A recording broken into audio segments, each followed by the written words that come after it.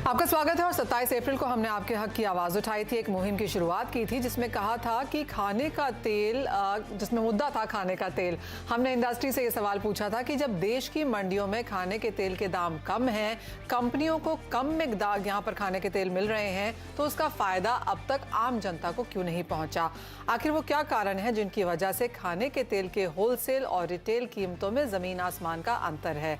कंपनियां एमआरपी क्यों नहीं घटा रही? क्या मजबूरी है कि दाम कम होने के बावजूद रिटेल कीमतें अभी भी हाई हैं? हमारी ये मेहनत, हमारी ये कोशिश रंग लाई है और आवाज़ सरकार तक पहुंची। सरकार खाने का तेल बनाने वाली कंपनियों से कीमतों में गिरावट का फायदा आम जनता तक पहुंचाया जाए, इसके बारे में बात कर रही है। इसी के साथ साथ सॉल्वेंट एक्सट्रैक्टर एसोसिएशन ने भी 3 महीने में कितनी कीमतों की कटौती हुई है, इसके बारे में अपने मेंबर्स से जानने की कोशिश भी की है। पहले सुनिए कि हमने 27 अप्रैल की चर्चा में क्या बात कही, इसकी एक झलक देखिए। फिर हम ऑफ कोर्स बात करेंगे एससीए से और जानेंगे कि क्या कुछ यहां पर अब किया जा रहा है। जहां होलसेल में, इंटरनेशनल मार्केट्स में लैंडेड कॉस्ट भी यहां पर गिरती हुई नजर आई है, उसके बावजूद भी जो प्राइस हम देखते हैं और जो कंज्यूमर को मिलता है उसमें एक बहुत बड़ा डिफरेंस है। खाने के तेलों की अगर बात करें तो ये सारा का सारा अभी भी पास ऑन नहीं हुआ है। हमें याद है, हम आपसे बात भी कर रहे थे कि सरकार की ये कोशिश रही है कि ये कंपनीज पास ऑन करें, लेकिन जो प्राइसेस की हम ऑन एयर बात करते हैं और जो प्राइसेस हम एज अ कंज्यूमर पे करते हैं उसमें अभी भी बहुत बड़ा फर्क है। का जो पॉइंट है ना, वो कि एमआरपी और होलसेल प्राइसेस में जो डिफरेंस है वो क्यों है। एक चीज आप ये समझिए कि जो लीड टाइम होता है होलसेल में, तो प्राइसेस इमीडिएटली गिरते हैं जी, but by the time the goods reach the consumer और द रिटेल ट्रेड, तो उसमें मिनिमम से 2 से 3 हफ्ते का टाइम लैग होता है। तो मैं समझता हूँ ये कारण है कि आपको बाजार में हो सकता है जो डिलीवरीज आज से 1 महीने 1.5 महीने पहले हुई हों वो अभी मार्केट में हों, और इससे एमआरपी में उसमें डिफरेंस है। ऑलराइट, तो ये बात हमने 27 मई को कही थी और हमने काफी सारी कमोडिटीज में यही बात करने की कोशिश की है सीएनबीसी आवाज पे कि होलसेल में क्या प्राइसेस हैं और रिटेल में क्या है। और जैसे अतुल जी ने उस दिन हमसे बात की भी कि कई सारी कॉस्ट यहाँ पर जुड़ती हैं, लेकिन उसके बावजूद भी एक लैग टाइम होता है और कुछ कंपनीज ये शायद पास ऑन नहीं भी करती हैं। इन सब पर बात करेंगे। हमारे साथ जुड़ रहे हैं एलकेबी सिक्योरिटीज के जतिन त्रिवेदी, पृथ्वी फिनमार्ट के Manoj Kumar Jain, solvent extractor association of India के doctor B V Mehta and agri farmer and trade association के general secretary Sunil Baldeva. Doctor Mehta, पहले आपसे ही जानना चाहेंगे, और आज एससीए का एक नोटिफिकेशन भी यहाँ पर निकला है, आपने एक रिलीज दिया है अपने मेंबर्स को कि यहाँ पर दाम घटाए जाएं। पिछले 3 महीने में किस तरह का काम हुआ है उस पर भी बात की जाए। ये बात मानी जाती है कि जी हाँ, स्टोरेज कॉस्ट होती है, पैकेजिंग कॉस्ट होती है, मार्केटिंग भी है, लैग टाइम भी है, लेकिन उसके बावजूद भी अगर आप वो 2 कॉलम्स देखें जो हम आपकी स्क्रीन पर लेकर आएंगे, अगर आप होलसेल और रिटेल में अंतर देखें तो किसी खाने के तेलों में तो अभी भी यहाँ पर देखने को मिलता है कि 150 से 200% जितना है। कैसे देखते हैं आप इसे, कैसे एड्रेस कर रहा है एससीए इसको? देखिए, पहला तो ये बताऊं, तो जनवरी में जो रेट था सोया और सनफ्लावर का 1400, 1350, $1400, आज देखिए तो सनफ्लावर सबसे सस्ता हो गया, $950 पे नीचे आ गया। मगर जो बुकिंग होता है वो और वॉयड टाइम है, जैसे आज ही जैसे कोई आप सनफ्लावर ले रहे हैं 2 महीने के बाद आता है, आपने $1400 बुक किया, bye the time rich India 1200 हो गया, 1100 हो गया, तो कैसे पास ऑन करें? He cannot sell at the import price, वो तो मार्केट प्राइस में भी बेचना पड़ रहा है। तो एक रेजिस्टेंस आ रहा है कि काफी नुकसान भी इंडस्ट्री को हुआ है। सेम वे सनफ्लावर में, सोयाबीन में भी भाव निकल गए। मगर एक चीज मैं जरूर बताऊं, जो मेजर फैक्टर है वो पाम है। पाव का दाम वो ही रहा है प्रैक्टिकली लास्ट 4 महीने में। आप देखें जो 4 जनवरी में जो भाव थे और आज जो रेट चल रहा है, दोनों मोरल सेम है, $30-40 का फर्क पड़ा है। और palm is a major oil consume in the country, उनके दाम नहीं गिरे हैं, उसके वजह से इंपैक्ट इतनी आनी चाहिए इतनी नहीं आई है। सन सोया कंबाइन आप उससे ज्यादा पाम है। आज पाम का कंजम्पशन 8 मिलियन टन है, सोया का जो लोकल और मिला के 5 मिलियन है, या तो सन का 2.5 से 3 मिलियन है। तो पाम की जब तक भाव नहीं गिरेंगे तब नीचे दूसरी तेल के दाम नहीं गिरते, वो दिखा जा रहा है। और जो वॉयज टाइम है, गैप है, जो इंपोर्ट होता है और प्रोसेसिंग रिफाइन, उसमें भी टाइम है। और एक चीज लेट मी एडमिट यू, जैसे होलसेल में, जैसा अतुल चतुर्वेदी ने भी पहले इंटरव्यू में बताया था, होलसेल प्राइस की इमीडिएटली इम्पैक्ट आती है, पर कंज्यूमर प्राइस में जो रिटेल लेवल में रेजिस्टेंस आता है, और वहां हमारा कोई कंट्रोल नहीं है कि रिटेलर को बोले, वो तो अपना पुराना एमआरपी है उसमें बेचने के। इसके लिए हमने एडवाइस दी है कि आप कंपनियों को एडवाइस दी कि आप एमआरपी कम कर दीजिए, तो उससे ज्यादा तो नहीं ले सकेंगे। अगर पहले ₹1 लिखा था, अभी भाव घटे हैं तो 140 पे आ जाइए, तो एटलीस्ट कंज्यूमर को 140 से ज्यादा तो नहीं महंगा पड़ेगा। वो एडवाइस हमने अपने तरफ से सारे मेंबर को दी, और काफी मेंबर लोगों ने उसमें एक्ट करना चालू कर दिया है कि जो एमआरपी 3 महीने पहले थी वो कम, और उसके बाद में भी कम की हुई है, और कम करने की हमने गुंजाइश की है, और उसका रिजल्ट भी आ रहा है। जो मेंबर से हमारी जो बात हो रही है, मेंबर एमआरपी कम कर रहे हैं। क्योंकि अभी भी डॉक्टर मेहता अगर आप देखें तो बहुत ही बड़ा डिफरेंस है। वो ऑफ कोर्स वो लेटर है जो आपने यहाँ पर अपने मेंबर्स को लिखी है, और आपकी यहाँ पर मिनिस्ट्री से बातचीत भी जारी है, लेकिन अभी भी अगर हम देखें ऑन ग्राउंड प्राइसेस कम है, इंपोर्ट ड्यूटी ऑलमोस्ट ना के बराबर है, बल्कि आपकी एसोसिएशन और बाकी भी यहाँ पर ड्यूटी बढ़ाने की बात कर रहे हैं ताकि यहाँ पर किसानों को कोई नुकसान ना हो। तो इवन एज प्राइसेस इतने कमजोर हैं, और जैसे आपने कहा एक बहुत ही बड़ा फर्क है यहाँ पर। इनिशियली तो सरकार भी यहाँ पर पुश करती रही कि कम करो करके, मीटिंग्स भी थी यहाँ पर स्टेक होल्डर्स के साथ, लेकिन अब तो वो मीटिंग्स भी नहीं है और प्राइसेस में भी गिरावट नहीं है।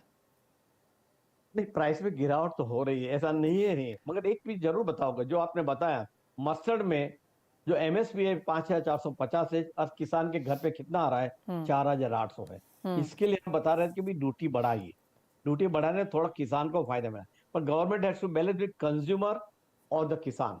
आज किसान को भी अगर सही दाम नहीं मिलेंगे तो अगले साल वो भी कम हो जाएगा। सामने कंज्यूमर का एक पहले जो मेंटालिटी थी कि 80 रुपये 90 रुपये में तेल मिलना चाहिए, वो जरा चेंज करके 100 to 125 का रेंज में अभी आप तेल मिलेंगे, इतनी उम्मीद रखिए। ज्यादा सस्ता तेल लेने जाएंगे तो किसान मरेगा, किसान का भी संभालना है, कंज्यूमर को संभालना है। तो अब जो प्राइस बैंड है 100 to 120 130, that's the correct price band है, जहाँ कंज्यूमर को भी सही दाम पे मिले और किसान को भी सही दाम मिले। बाकी जो ड्यूटी की बात जो आपने फिर से, एक और इश्यू जो अभी जो फेस कर रहा है टीआरक्यू का, टीआरक्यू की वजह से कम 1 लाख टन माल पोर्ट में फंसा हुआ है, और कम से कम 2 लाख टन वॉयज में है। 3 लाख टन का जो सोया और सनफ्लावर के जो टीआरक्यू इश्यू हुआ था, उसमें डीजीएफटी ने कंडीशन डाली थी कि bill of lading should be 31 March और earlier, then they can discharge by 30 June. Finance ministry से बिल ऑफ एंट्री पे बात कर रहे हैं कि only bill of entry which is filed before 31 March वही हम अलाउ करेंगे। उसके वजह से कम से 1 महीने से माल 1 लाख टन तो सोया सनफ्लावर अलग अलग पॉट में पड़ा है, और वो मैटर भी हमने टेकअप किए, आशा रखते हैं कि भी वो जल्दी जल्दी सॉर्ट आउट हो जाएगी। आपका point is well taken doctor Mehta, but मैं वापस उसी मुद्दे पे यहाँ पे आऊंगी। फार्मर्स को उनका बेहतरीन प्राइस मिलना चाहिए, जी हाँ, क्योंकि इन्फ्लेशन यहाँ पर सब जगह बढ़ी है, लेकिन जो फिलहाल यहाँ पर स्थिति है कि सरसों है या बाकी खाने के तेल हैं वो बहुत नीचे आ चुके हैं। सरसों का तो दाम यहाँ पर किसानों को शायद मिल भी नहीं रहा है। होलसेल पे प्राइसेस यहाँ पर कम है, लेकिन रिटेल में अभी भी बहुत ज्यादा हैं। आपने जैसे कहा कि एक लैग है यहाँ पर, और एक कंज्यूमर भी जानता है कि जी हाँ आप कहाँ से ले रहे हैं, किस तरीके का, किस क्वालिटी का माल ले रहे हैं, उसके हिसाब से आपको यहाँ पर प्राइसेस देने हैं, लेकिन फिर भी भाव अभी भी बहुत ज्यादा है और बहुत बड़ी डिस्पैरिटी है। जी मैं एग्री कर रहा हूँ, मैं ना नहीं बोल रहा हूँ कि प्राइस गिरी है लास्ट 3-4 महीने में, उसका बेनिफिट कंज्यूमर को पास ऑन होना ही चाहिए। मगर वहां भी जो दिक्कत आ रही है कि जो माल बुक किया हुआ है आपने 3 महीने पहले, 4 महीने, वो $1,400-1,500 का माल है, वो माल आ रहा है, तो आज इंडस्ट्री को भी काफी नुकसान हो रहा है। मैं ऐसा नहीं बोल रहा हूं। डॉक्टर मेहता, बहुत सारी कंपनीज हमें आके बोलती हैं कि अरे कंज्यूमर्स अब तो भाव देना शुरू करो यहाँ पर फार्मर्स को, तो कंज्यूमर्स मना नहीं कर रहे हैं, लेकिन जैसे आपने कहा कि इंडस्ट्री ऊपर में खरीदी है, इंडस्ट्री यहाँ पर लॉस नहीं करना चाहती, इसके लिए कंज्यूमर को हाई प्राइस देना होगा, यानी कि काफी सारी नहीं, लॉस करना नहीं, काफी लॉस हो गया है, वो मैं बताना चाहता हूँ। लॉस करना नहीं, लॉस तो हो गया मैडम। जो 2 साल में जो थोड़ा मुनाफा मिला था, लास्ट 3-4 महीने में काफी पैसा गवाया है, ऐसा नहीं है। Alright. इसके लिए थोड़ा भी रेजिस्टेंस आ रहा है, और रिटेल लेवल पे भी रेजिस्टेंस आ रहा है, क्योंकि उनके पास हायर एमआरपी का माल पड़ा है, तो जल्दी वो उसमें बेचना चाहते हैं, लोअर एमआरपी का माल नहीं छोड़ेगा वो। एब्सोल्युटली। और यही बात मैं दालों के बारे में भी करना चाहूंगी। हमारे साथ सुनील बलदेवा जी भी हैं। सुनील जी, चना एमएसपी के नीचे है, दालों की जो हालत है हमने यहाँ पर आते हुए देखी है, तूर उड़द को छोड़ दें तो बाकी दालों के प्राइसेस भी ऑन द हायर साइड हैं। यहाँ पर भी दिक्कत है अगर आप होलसेल और रिटेल के प्राइसेस देखें, क्योंकि अगर हम कोई भी ऐप उठा के देखें या बाजार में यहाँ पर दाल लेने के लिए जाएं तो दालों के प्राइसेस सभी के सभी बहुत ज्यादा ऊपर हैं। यहाँ पर आप क्या कहेंगे? जी, मेरे से पहले भी एक वक्ता ने बोला कि होलसेल में जल्दी इफेक्ट आता है, रिटेल में थोड़ा लेट आता है, क्योंकि रिटेल में करीबन 15 दिन या 25 दिन की साइकिल होती है उनकी माल लेने के लिए। तो जब वो नए रेट पे माल लेने जाते हैं तभी वो इफेक्ट लाने की कोशिश करते हैं, तब तक शायद जरूरत भी महसूस नहीं करते। दूसरी बात, मैं एक छोटा सा उदाहरण देना चाहूंगा। कोई शंकर स्टोर है, शंकर जी अपनी दुकानदारी करते हैं, बेटा जाता है परचेज करके लाता है, घर के बुजुर्ग और महिलाएं बच्चे जो है पैकिंग कर देते थे, तो वो 70 की चीज जो है 72 या 75 में बेच देते थे। अब आ गया मार्केटिंग का जमाना, बड़े बड़े मॉल्स में या बड़े बड़े आपको उसमें दुकानों में यदि माल आप लेने जाते हैं तो उनका इंफ्रा ज्यादा होता है, इनका खर्चा ज्यादा होता है। उसकी वजह से भी वो जो दाल जो 70 वाली 60 वाली थी वो 75 नहीं बिक के वो 85 बिकने लग गई। आज शंकर स्टोर भी ये सोचता है कि पड़ोस की दुकान में, बड़ी दुकान में यदि 85 बेच रहा है, मैं यदि 75 बेचूंगा तो मेरे माल को हल्का बताया जाएगा और खरीदा नहीं जाएगा, तो उसने भी अपने भाव बढ़ा के 82 कर दिए। तो ये भी एक भाव बढ़ने का कारण था कि इंफ्रा का खर्चा और पैकेजिंग का खर्चा और मार्केटिंग का खर्चा, इसके खर्चे ज्यादा होने की वजह से भी होलसेल और रिटेल में हम जो मुहिम छेड़ रखे हैं पिछले कई सालों से, लेकिन उसमें बहुत ज्यादा कमी नहीं दिखाई दे रही है। दूसरा सबसे बड़ा एक कारण होता है वॉल्यूम। रिटेल में वॉल्यूम कम होता है, इसके लिए मार्जिन थोड़ा ज्यादा जरूरत होती है, और होलसेल में मार्जिन जो होती है वो 1% या आधा परसेंट या 1.5% होती है, वही रिटेल में बढ़ के 10 या 15% तक चली जाती है। तो ये कई कारण हैं जिसकी वजह से फर्क दिखाई देता है। जहां तक किसान और कंज्यूमर में तालमेल बिठाने की बात है, मैं हमेशा कहता रहा हूं कि जिस देश की जनसंख्या 60% जनसंख्या है कृषि या कृषि आधारित क्षेत्र पे ही निर्भर हो, उसमें मुझे लगता है कि किसानों के बारे में सोचना चाहिए। कंज्यूमर के बारे में गवर्नमेंट उन कंज्यूमर के बारे में सोच रही है जो अफोर्ड नहीं कर सकते, उनको अपनी स्कीमों से सस्ता दे भी रही है। तो हमें कहीं न कहीं हमें समझौता करना पड़ेगा। तो हमें 60% जनसंख्या जो किसानों की है वहां पे समझौता नहीं करके हम 5 या 10% जो अफोर्ड नहीं कर सकते उन पे भी समझौता करें तो ज्यादा बेटर होगा। सुनील जी, मैं आपकी बात से बिल्कुल यहाँ पर अग्री करती हूँ, लेकिन जहाँ पर हम ये बात कर रहे हैं, हम उन क्रॉप्स की बात कर रहे हैं जहाँ पर भाव बहुत नीचे आ गए हैं तो किसान को नहीं मिल रहे। जैसे आपसे ही बात होती है, आप कहते हैं चने के भाव एमएसपी के नीचे हैं, मूंग मसूर में भी हमने भाव कम यहाँ पर आते हुए देखे हैं, लेकिन कंज्यूमर अभी भी वो प्राइस दे रहा है जो वो तुअर उड़द के दे रहा है। तो मेरा पॉइंट यहाँ पर ये था।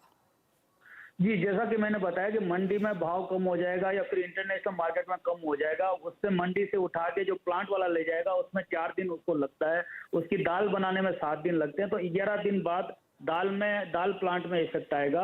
दाल प्लांट फिर जब अपने डिस्ट्रीब्यूटर को देता है तो वहां जाने में 8 दिन लगते हैं। उसके बाद रिटेलर में मैंने जैसे बताया 15 से 25 दिन का साइकिल उसका होता है, तो ये टोटल साइकिल 40 दिन का हो जाता है। तो हमें जो इफेक्ट दिखाई देगा वो 40 दिन बाद ही दिखाई देगा।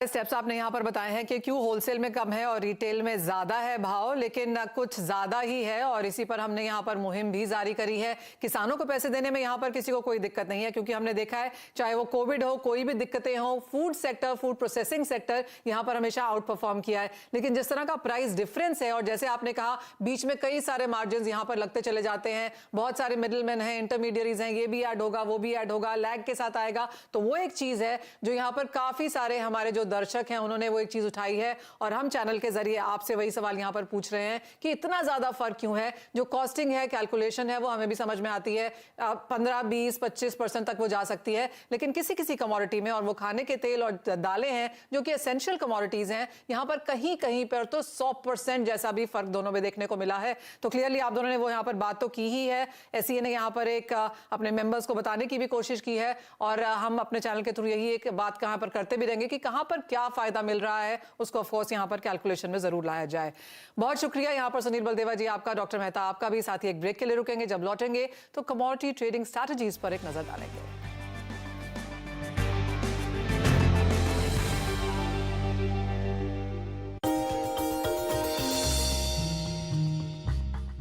डू यू नो में आज हम बातचीत करने वाले हैं डीएलएफ की, दिल्ली लैंड एंड फाइनेंस। ये इस कंपनी का फुल फॉर्म है और ये सबसे पुरानी रियल एस्टेट कंपनियों में शुमार है। 1946 में इस कंपनी की शुरुआत हुई थी और चौधरी रघुवेंद्र सिंह साहब ने इसकी शुरुआत की थी। कुछ इंटरेस्टिंग फैक्ट ये भी है कि दिल्ली में जो बहुत ही प्रोमिनेंट एरियाज हैं, जैसे कि ग्रेटर कैलाश, हौस खास, साउथ टेक्स, शिवाजी पार्क, ये कुछ ऐसे एरियाज हैं जिनको डीएलएफ ने ही डेवलप किया था। और कुछ और इंटरेस्टिंग फैक्ट्स में, कंपनी का आईपीओ आया था 2007 में और उस समय का सबसे बड़ा आईपीओ के तौर पे शुमार था।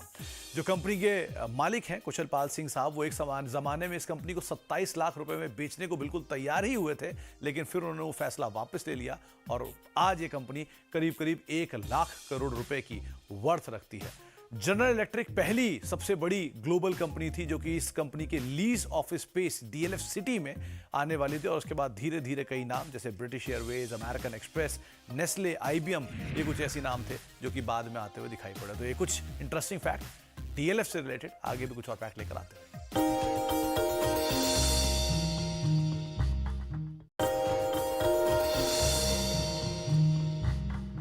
डू यू नो में आज हम बातचीत करने वाले हैं दुनिया की सबसे बड़ी फुटवेयर कंपनी जो कि मार्केट कैप के लिहाज से है, वो है नाइकी के बारे में। दरअसल 62% वर्ल्ड एथलीट मार्केट का जो मार्केट शेयर है वो नाइकी कैप्चर करता है और हम सब जानते हैं किस तरह से इस ब्रांड की डोमिनेंस दुनिया भर में देखने को मिलती है। इस कंपनी की जो शुरुआत हुई थी वो करीब करीब 1964 में हुई थी और इसकी शुरुआत ओरिगन्स के एक ट्रैक एथलीट फिलिप नाइट और उनके कोच बिल बोवरमैन साहब ने की थी। और शुरुआती कारोबार में नाइकी जूते बनाने कामकाज में तो नहीं थे, लेकिन हाँ ओइंटसुका टाइगर जिसके जूते आपने अक्सर मॉल में देखे होंगे, उनके डिस्ट्रीब्यूशन के कारोबार के अंदर ज़रूर दिखाई पड़ती थी। नाइकी ने जब शुरुआत की थी तब ये नाइकी के नाम से नहीं, दरअसल इसका नाम नाइकी है, नाइक नहीं है। नाइकी की जो शुरुआत हुई थी वो नाइकी के नाम से नहीं हुई थी, जबकि ब्लू रिबन स्पोर्ट के नाम से इसकी शुरुआत हुई थी। 1971 में ही इसका नाम बदला गया था नाइकी के तौर पे।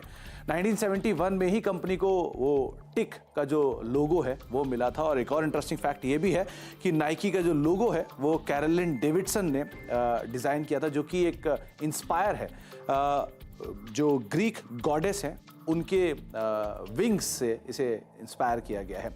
शुरुआत में इस लोगो को डिज़ाइन करने के लिए $35 दिए गए थे, लेकिन जैसे जैसे इसकी वैल्यू रियलाइज़ होनी शुरू हुई, जो एग्जिस्टिंग प्रमोटर्स थे उन्होंने इस डेविडसन को एक एग्जीक्यूटिव डिनर पे बुलाया और डिनर पे बुलाने के बाद उन्हें एक डायमंड सेट रिंग दी जिसके ऊपर वो टिक बना हुआ था।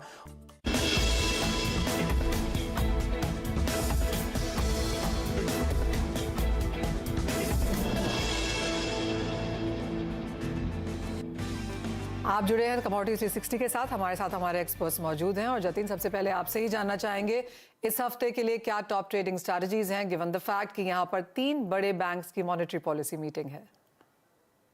यस मनीषा, बहुत ही इंपॉर्टेंट वीक है, फर्स्ट वीक ऑफ मई और बहुत सारे डेटा लाइंड अप है। फेडरल रिजर्व के इंटरेस्ट रेट डिसीजन है जो कल रात को आएंगे और इसका इम्पैक्ट जो है वो थर्सडे सुबह देखने मिलेगा हमारे मार्केट्स में। मुझे लग रहा है यहाँ पर गोल्ड और सिल्वर पे थोड़ा सा प्रेशर जो है वो और बिल्टअप रहना चाहिए। बाय द टाइम कल जो पॉलिसी अपडेट्स आएंगी उसके पहले मुझे लग रहा है आज और कल के दिन में वॉलेटाइल कारोबार जो है कंटिन्यूड रहना चाहिए।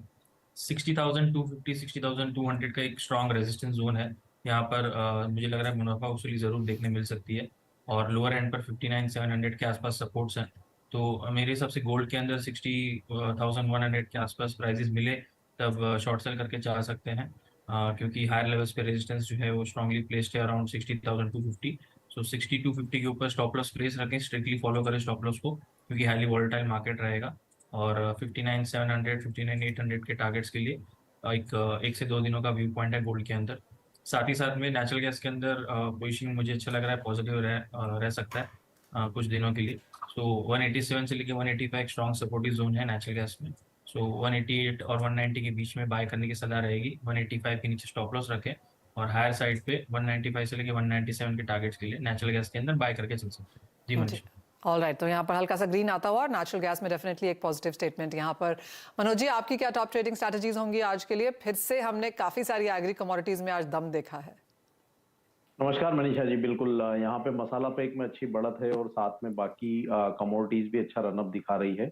कॉटन सीड ऑयल केक में जो बढ़त है वो लगातार जारी है और एक अच्छा यहाँ पे ब्रेकआउट इस कमोडिटी में देखने को मिला है। तो अभी मोमेंटम जो है आगे भी ये सप्ताह कंटिन्यू हो सकता है।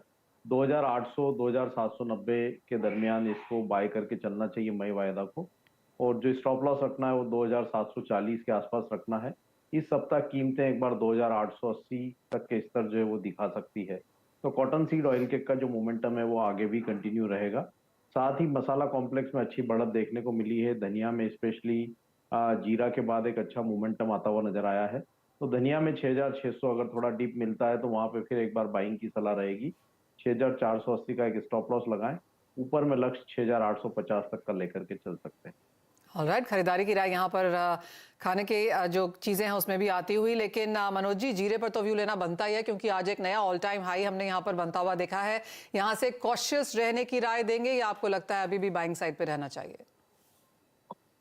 चाहिए क्योंकि दायरा काफी बड़ा हो गया है और जो वॉलेटिलिटी है वो भी काफी ज्यादा है, लेकिन फंडामेंटल जो है यहाँ पे काफी प्ले कर रहे हैं और जिस तरह से जो एक्सपोर्ट डिमांड जो इमर्ज होती हुई दिख रही है और काफी बेहतर बनी हुई है, तो वो कीमतों को लगातार सपोर्ट कर रही है।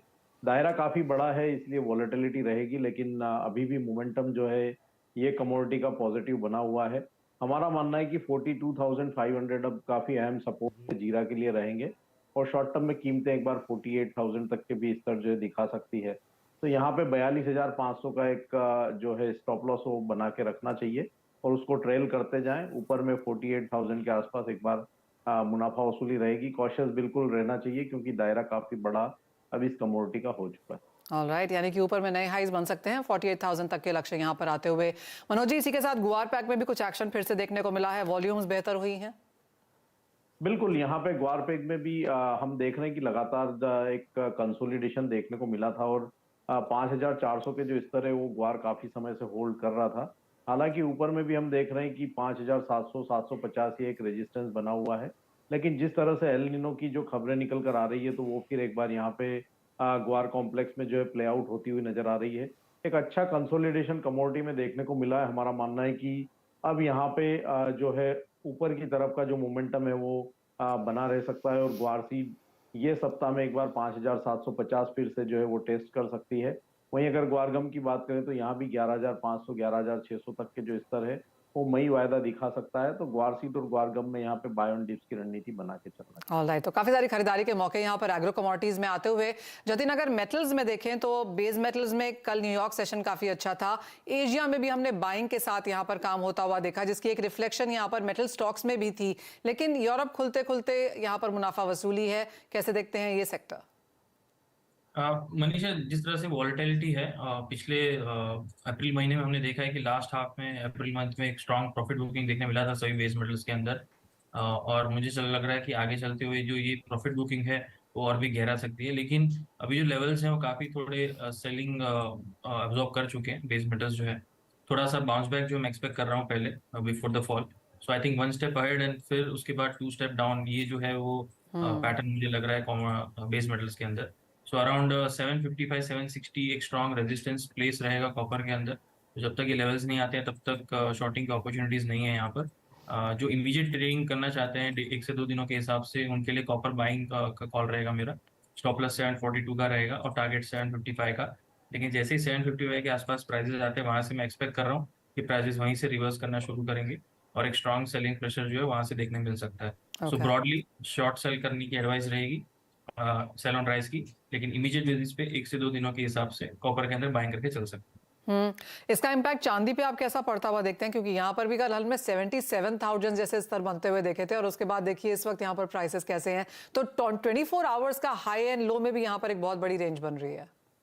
जी मनीषा, क्योंकि इस हफ्ते हम देख रहे हैं कि बहुत ज्यादा डेटा स्पेसिफिक ड्रिवन मार्केट रहेगा। इंटरेस्ट रेट के पीछे जो है ये रुझान है। ऑलरेडी प्रॉफिट बुकिंग जो है वो देखने मिल गया है हायर लेवल से, बिकॉज इंटरेस्ट रेट में एंटिसिपेटेड है कि 25 बेसिस पॉइंट हाइक तो जरूर होगी, लेकिन उसके बाद में जो कमेंट्री रहेगी फॉरवर्ड उसके ऊपर ज्यादा रुझान है सभी पार्टिसिपेंट्स का। तो मुझे लग रहा है कि वहाँ पर जो कमेंट्री के बाद जो स्टेटमेंट रहेगी वो ज्यादा इंपॉर्टेंट है। लेकिन उसके पहले ये वॉलेटिलिटी जो रेंज है वो कहीं ना कहीं 76,000 ऑन द हायर एंड और 74,000 ऑन द लोअर एंड, इस 1500 2000 पॉइंट के बीच में जो है सिल्वर प्राइसेस ट्रेड करते हुए देखने मिलते रहेंगे। हायर साइड पे 75,500 के आसपास प्राइसेस मिल जाए तब वहाँ पे शॉर्टिंग की अपॉर्चुनिटी है सिल्वर के अंदर, और 76,000 के ऊपर स्टॉप लॉस प्लेस रखें। ये व्यू पॉइंट जो है वो सिर्फ आज और कल के दिन के हिसाब से है और पोजीशन जो है वो उसके बाद कैरी फॉरवर्ड ना करें, क्योंकि एक्सपेक्ट कर रहा हूँ कि वॉलेटिलिटी जो है वो थर्सडे के दिन जो सुबह मिलेगी प्राइजेस के अंदर वो ज़्यादा रहेगी। वेल एब्सोल्युटली, जी हाँ। तो आज और कल के लिए कारोबार करें और जैसे यूएस फेड की यहाँ पर स्टेटमेंट्स आनी शुरू होंगी उसके बाद तो बाजार यहाँ पर काफी चॉपीनेस दिखाएंगे ही। लेकिन बहुत शुक्रिया, इसी के साथ कार्यक्रम समेटने का समय है। जतिन जी एंड मनोज जी, आप दोनों से इजाजत लेना चाहेंगे। ब्रेक के लिए रुकेंगे, लौटेंगे तो लेकर आएंगे आवाज समाचार।